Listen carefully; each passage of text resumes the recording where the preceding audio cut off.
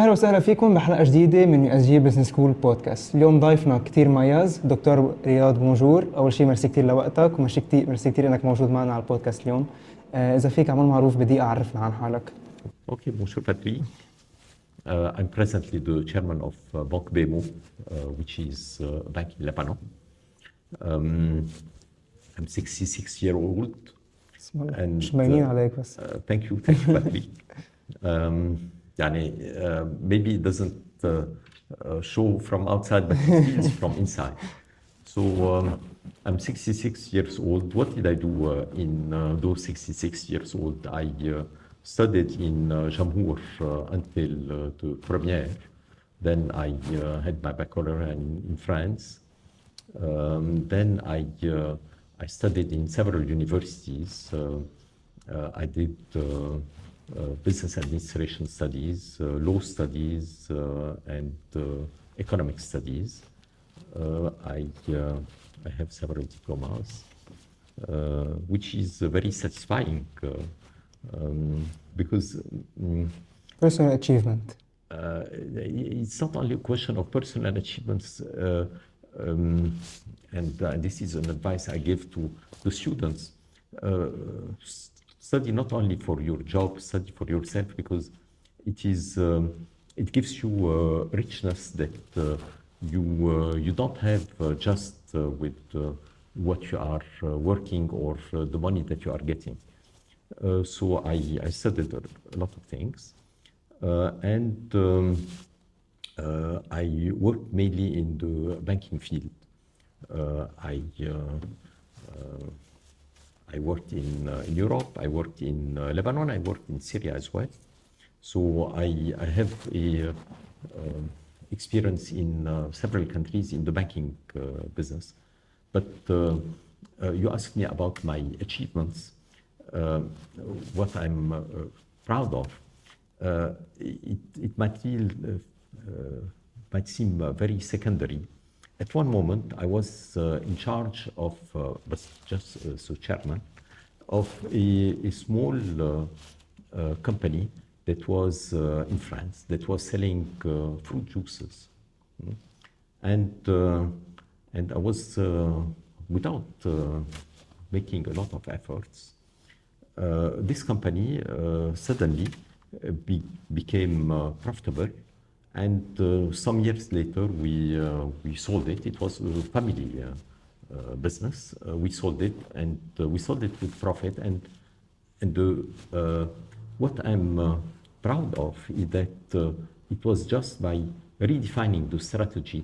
It was not by doing efforts on the field. I did zero effort on the field, and I have to admit that I'm a very lazy person. So this is, I don't want to give you the example, but this is me. Okay, so if we can dive deep into the background of the industry right now and everything happening in our society. So if we can focus on the requirements, you think the requirements that people need now to find a job. So I have a bachelor's degree right now. I finished university. What are the requirements that you as a chairman or anyone as a CEO or HR, you think it's best for someone to have to get a job? Or how is the trend right now in the market? Let me have a longer view than that, not today. What is happening presently in the world? There is, of course, artificial intelligence. Everybody is talking about it. Yes. There is globalization, and globalization is even more meaningful for Lebanese because Lebanese are one of the most globalized people in the world. They have, I'm sure that you have parents in several continents, and every Lebanese has parents or friends everywhere. And not only does he have parents or friends everywhere, but he can at any moment leave and go elsewhere. So Lebanese are a very globalized people, more globalized than most people in the world. So globalization, artificial intelligence, and I would say also there is a third trend that people don't feel. It is freedom. People are more free today than they were 10 years or 20 or 30 years ago. Why? Because the means to be free are more available than they were 20 or 30 years ago. It means that if you have to think what is very important for you in the future, I think that it is social social skills. This is most important because learning how to do the right equation, this is going to be done very easily by the most basic Anyone, yes, instrument. exactly. Learning how to calculate the WACC or whatever, not it will be meaningless. On the other hand, being able to establish the right contact with people, this is going to be extremely important. So what you have to develop are social skills, because the artificial intelligence is not going to replace empathy. You need to develop your the skills to create empathy with people. I was talking also about freedom. You need to think about yourself as your own entrepreneur. You are a company by yourself. So this is what the trends I'm seeing, and why I believe that you have to be different from what was required Used from to be. us. Okay, so we're gonna stay on the track of trends and the market. I saw that you studied in several universities, including Harvard, if I'm not wrong. Seven? I'm not No, sure. several. Several, yes. Yes, Several, including I Harvard. think. Yeah, Little exactly. less. Do you think that if someone has a bachelor's degree right now, it is essential for him to continue on a master's degree? Not necessarily right now, so I can have a bachelor's degree, work, then get a master's, or I can simply get a bachelor's degree or build experience. So what do you think is more important? I think that a degree and experience are very important. You need to have both. But I would also advocate for having several education. So it's important for you. You think it's So important to not only- continue? It is very important to continue, but don't specialize in just one field. Try to do, if you are, I don't know, you are now in business administration, try to do law, or try to do something that is completely different. Try to do philosophy, try to do And why do you think it's important to have all painting. of this? Sorry? Why do you think it's important to have all of the specifications, like a degree in business, degree in law? So you think diversification is important? Yes, very important. It's to take a metaphor. If you want to see better, you need two eyes. With one eye, you don't have the depth. You can't see things as well as if you had two eyes. So very important to have several, and don't stop. You said that I learned in several universities. Yes, and you know at what age I got my PhD? You have an idea? You should tell me. I should tell you, yes, at 50. I was 50 when I got my PhD. And it is not that I began at 20. Yes. Do you find that the range of 40, 50 is the perfect age to get a PhD? So it's in principle, it is a bit younger because usually you need time for your PhD. Because there's people. But you need also maturity. Exactly. So there's people right now that make a bachelor's degree, master's, and jump straight into a PhD because they're still young and they have time. So I do a PhD and they say, yeah, I have a PhD. I think it is early, and a PhD, it's very nice to be called doctor. Thank you. But I don't think that the right term. The title is enough. It is you need maturity, and it matures you. So I think it's better to wait a little bit before doing a PhD. Okay, so we're going to stay, as I said, in the field of the market. In your experience in the bank industry or another industry, did you find that artificial intelligence broke the market or healed the market? What do you think about all that? I think that it is a little bit early. We have not yet seen all the disruptions that artificial intelligence is going to bring, but it's going to bring huge changes. So, And in the banking system, how do you think it's going to affect it? it's going to change It can completely. help, or it can make people lose their jobs, or how do you think? How do you see it? Artificial intelligence, like any technological advance, changes the jobs. It doesn't mean that there is going to be 90% unemployment.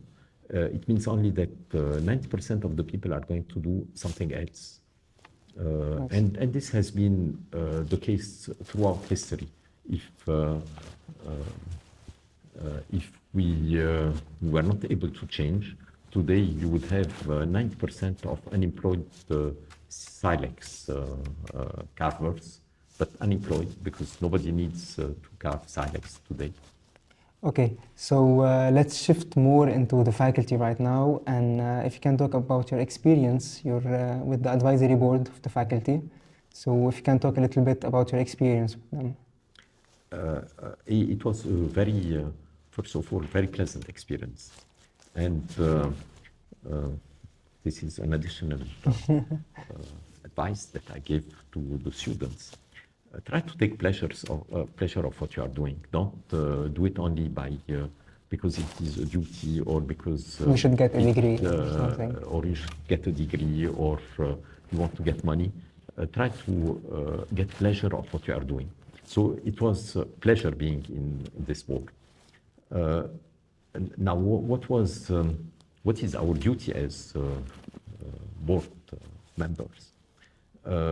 I think that first of all, we need to give advices because we are a sounding board. We are external to the faculty, and when we are asked questions, we will have a different view than people who are on the field. So the first duty is advising. The second duty is perhaps scouting for ideas that are different from the main ideas. So scouting new ideas and proposing them. And I think also that the board members should help in collecting funds for the university. Okay, you were talking about advices for students. If you can give a general advice for everyone watching this podcast right now, and maybe he's lost, he finished his bachelor's degree, or he's still enrolled in the program, and is a little bit scared of in the industry, the society, the market, if he's gonna fit, if not, how to find a job, what's the best job, a general advice from you to them. I gave several advices during this interview. I would say that each one of us should think of himself as a company. How I'm now the CEO of the company Riad Obegi.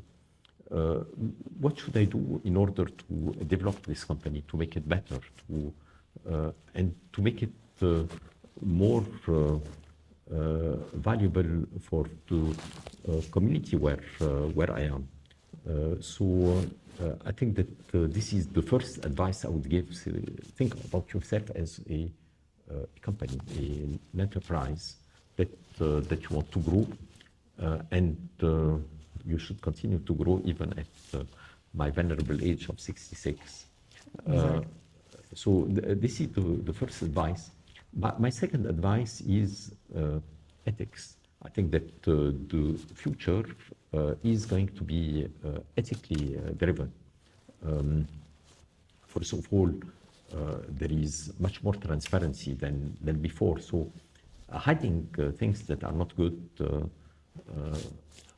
will not be very possible in the future.